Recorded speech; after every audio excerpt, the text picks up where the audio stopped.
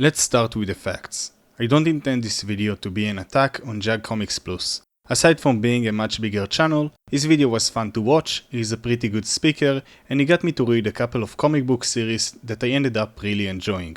So no matter how heated I get, I didn't create this video to try and destroy his reputation, but to discuss certain aspects I think he overlooked. In his video he talks about obscure and non-relevant Wolverine kids. He starts with Arista, a baby Logan has in Wolverine The Jungle Adventure. As far as I have seen, the panel Jag shows in the video is Arista's only appearance, and the only notable thing about him is that he was named in a Marvel handbook before appearing in an issue. Then Jag references 4 children of Logan: Fire Knives, Sophist, Gunhawk, and Cannonfoot. All of them are a part of a group called the Mongrels, with a missing 5th member, Shadowstalker. Jag says that they didn't have any impact before fading into obscurity and barely have any appearances. But that's the point. In the story, a group of people that Logan has wronged gathers 5 of his estranged kids so that he will kill them without knowing who they are, and then they will reveal the truth, making him feel guilty. Amiko is different from all the other kids. She doesn't have any powers and she was entrusted to Logan by her dying mother so he would take care of her. For the first 10 years, she appeared in only 3 issues, with her entire purpose being to show that Logan has honor and takes care of the child by finding her an adoptive mother. Later, she developed a bit more and became a vigilante in 2012, but she was pretty much gone in the following years. She might be the only character on his list that the writer tried to push, but who didn't catch on. Rain, or Rain Dorian, isn't from 616. She is from an alternate universe where Logan had a child with a witch. Cameron Owlett, who isn't called that in any official source and is actually Cameron Pride, is the son of Colossus and Kitty Pryde and was rescued and adopted by Logan. He appears and dies in the Battleworld series Years of Future Past, which is a story that builds on the ideas from Days of Future Past and has no relation to the Exiles, contrary to what Jag claims. The image he shows is actually of Cameron Hodge, an X-Men villain who died 5 years before R. Cameron first appeared. Kirika Yashida from the Age of Apocalypse universe is the daughter of Logan and Mariko Yashida, the foster mother of Amiko.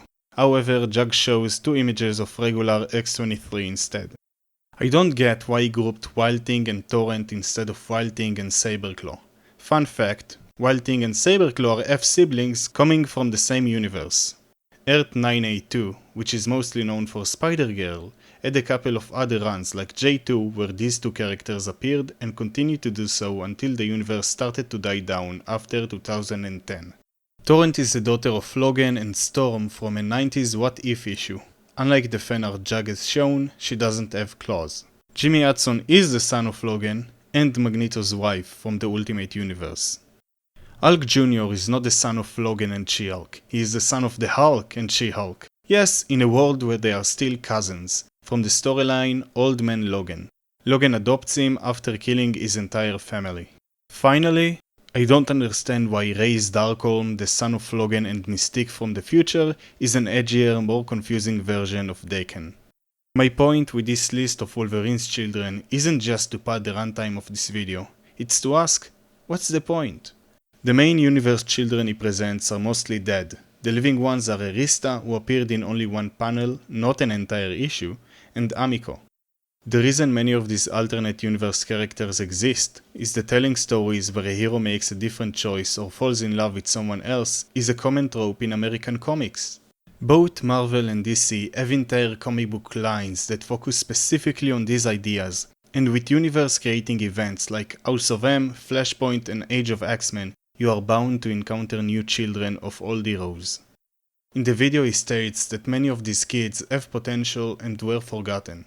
And my question is, what potential do you see in them? What stories weren't explored with Hulk Jr. or Cameron Pride that you would like to see? What stories do characters like Arista can bring that can't be covered by other characters like Khazar and Shanna the She-Devil? Don't characters like Maystorm provide an adequate replacement for all the love you have for Torrent with the addition of having plot relevance? As a whole, both 616 and other universe Wolverine's children are not a failure. In your video, you compare characters that were meant to only appear in 1 issue, were set up to die from the start, or had a narrative purpose that was eventually fulfilled, to characters created to be mainstays. You might be able to compare Amiko to Laura and say that she has some lost potential, but comparing Canon Fruit to Akihiro or Toren to Gabi just misses the point. Not every character has to be a big deal. He claims that all these characters just dilute Logan's loner persona, but that's not the case. Logan is a loner in the sense that he doesn't like to work in a team, not that he can't have a family or fall in love. He lived for so long and traveled all throughout the world, so it makes sense that he would have random children. If we look at active, living Wolverine's kids in the 616 universe, he maybe has 4. Let's talk about them. Starting with X-23, while it's true that her first comic appearance was in NYX number 3, her first official appearance was actually in the X-Men Evolution animated series, and due to the character's positive reception, she was later brought into the comics through NYX. Laura wasn't just raised in a lab, she was cloned from Logan. The reason she is a woman is that they were missing the Y chromosome, so technically speaking, she isn't Logan's daughter, but rather his genetic sister. I don't fully agree with this characterization, but it will come up later.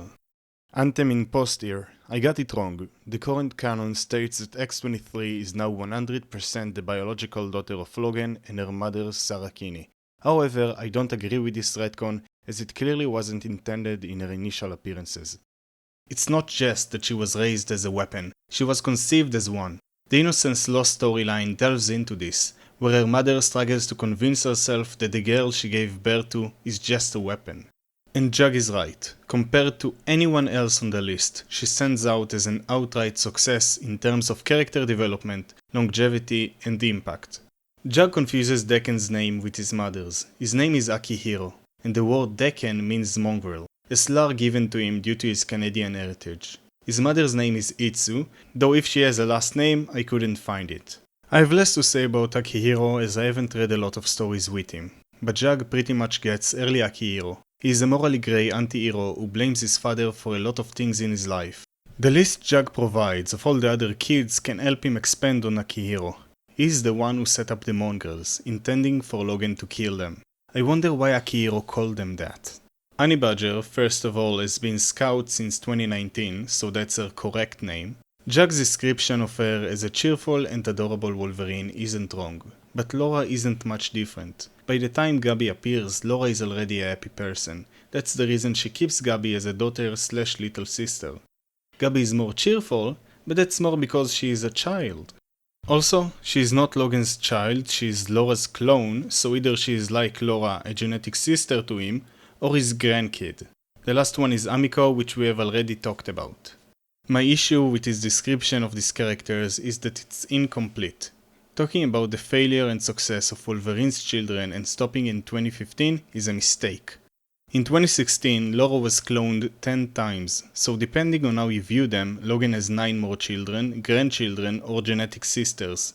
The clones include Gabi, and the only named ones are Bellona, Zelda, and X23_3PAR. By the time this story came around, Laura had already gotten over her past as a weapon. Her journey of embracing humanity was over, and she was ready to raise and help Gabi the same way Logan did for her. She was accidentally cloned again during the Krakoan era, and before she died, there were 2 Lauras running around for almost 3 years. The original one as Talon, and the new one as Wolverine. This is another Wolverine child that wasn't mentioned, or a genetic sister if you prefer. And by the way, he has accidentally put a picture of Talon as fire knives. So if he just entered the image source, he would have learned about that. You might say that he didn't include them because they are clones, or because a lot of them are dead, but that didn't stop him from adding Laura and Gabi, or Cameron and the mongrels. Some of the clones I mentioned have more appearances than half of his list. Bellona has appeared in more than 10 issues, and the Krakoan clone of Laura has appeared in over 100. Including the currently running NYX comic book he has accidentally shown. Akihiro has come a long way from his past as Deccan. He traveled the world, worked with countless heroes and villains, and joined teams like the Dark Avengers, X-Factor, and Alpha Flight. He made amends with Logan and even bonded with his niece Gabi. Recently, he was resurrected with the powers of a demon called Bagara Ghul, and now fights evil as Wolverine. Deccan isn't some forgotten hero struggling to break into the mainstream. He starred in 2 solo series, Dark Wolverine and Deccan Dark Wolverine, co-starred in Dark Avengers, Wolverines, and Marauders, and currently has a second ongoing run as Wolverine, following the success of his initial miniseries. Lastly, Gabi has joined the New Mutants during the Krakoa era, and for a long time she got around without Laura. All of them escaped their narrative ties with their parents and for almost a decade toured the Marvel Universe as characters of their own. Now they are as far away from Logan's shadow as possible, while still being his children. If we look at some of the kids he stated were cut short, we will find Jimmy Hudson, who after the collapse of the Ultimate Universe moved to Earth 616. He got infected by an alien that feeds off symbiotes like Venom in the Venomized storyline, and as of last month, joined the TVA. Cyberclaw has continued to appear in stories set in his universe, including Secret Wars Spider Island and Avengers Unlimited Infinity Comics. Some of the kids he mentioned appear in Rise of the Powers of X number 5 that came out in 2024, and while their appearance there is incredibly minor, it shows that they are more of old and done stories rather than heroes that Marvel forgot. All of this shows that he failed to take into account recent character changes, compared minor characters to headlining heroes, and couldn't decide if two of Wolverine's most successful children were successes or failures. The only reason I believe he did that is that calling something a failure and plastering horrible on the thumbnail with beloved heroes attracts more views. As it stands, the Marvel Universe isn't diluted with Claude offspring. Compared to characters like Spider-Man with endless variations, 3 living children is a moderate amount of Wolverine kids to have. I hope you enjoyed this video. Hopefully, it isn't going to be the only one I produce this week, mostly because I believe a response video isn't really a video. But regardless, I hope you keep reading comics, and I will see you here again next time. Nitpicks. In this Forgotten Offspring segment, he shows 6 characters from multiple realities, one of whom is Moonboy, who isn't an offspring but an ancestor of Logan from Earth 9997. If he thought he was a child of Logan, why didn't he talk about him? Also, why use this poorly cropped AI image of X-23? She is a comic book character who has appeared in over 400 issues. I'm sure that in at least one of them she is drawn with the correct number of claws. You can say both NYX or NYX. I'd say NYX is more accurate since it's a riff on NYC, replacing the city with X-Men. He writes X-23 without the hyphen. It's incredibly minor, but if it can bug Spider-Man, it can bug me. He showed the wrong NYX cover. This is the one from 2024 instead of the one from 2004. Innocence Lost is a storyline in X-23 Volume 1, which came out in 2005, and has only 6 issues. He shows the 12th issue of X-23 Volume 4.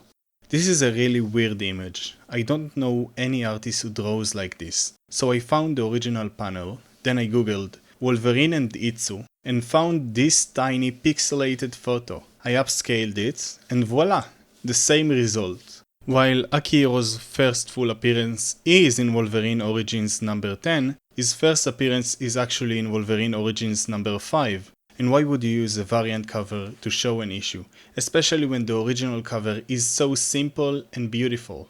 I wouldn't say Akihiro had a notable run on All New Wolverine. He appeared for a story. He does the same with Honey Badger. It should be 2 words. He shows a picture of Gabi's sisters and still couldn't mention them. Logan had real biological children, Scotty and Jade, in the Old Man Logan storyline. I wonder why he didn't include them in his list. Maybe he left them out because they're dead, but that didn't stop him from including other dead children. He also missed characters with way more appearances than Torrent, like Mary and Brian from the Mutant X series, and Shine, his daughter with Jean Grey from the Renew Your Vows universe. Additionally, there's Cohen, a niche child clone of his from Earth 13119, who also wasn't mentioned. Now, I don't think Jag needed to add every single one of these characters, but when he's showing such obscure characters that don't really matter in the grand scheme of things, why not include these? Adding them would strengthen his argument that there are simply too many Wolverine children. Did you really use another channel's thumbnail as a photo for Torrent? It features fan art alongside actual comic book panels for several characters. In the case of Arista, that gives the impression that she has multiple appearances and a larger impact, when in reality she only appeared in a single panel. In his overview videos, he tends to say, "We haven't heard much since," about a lot of characters, and it's so easy to check. Is he not aware of the Marvel wiki? Ian Rogers appeared in comic books just last year. Also, all of his pictures are taken from Google Images, which isn't bad in and of itself, but in the case of niche and obscure characters, you tend to get the wrong images and bad scans. Why not take the pictures from the comics? You wouldn't have mistaken Cameron and Fire Knives for other characters and would have high definition pictures instead of these blurry 3x12 images.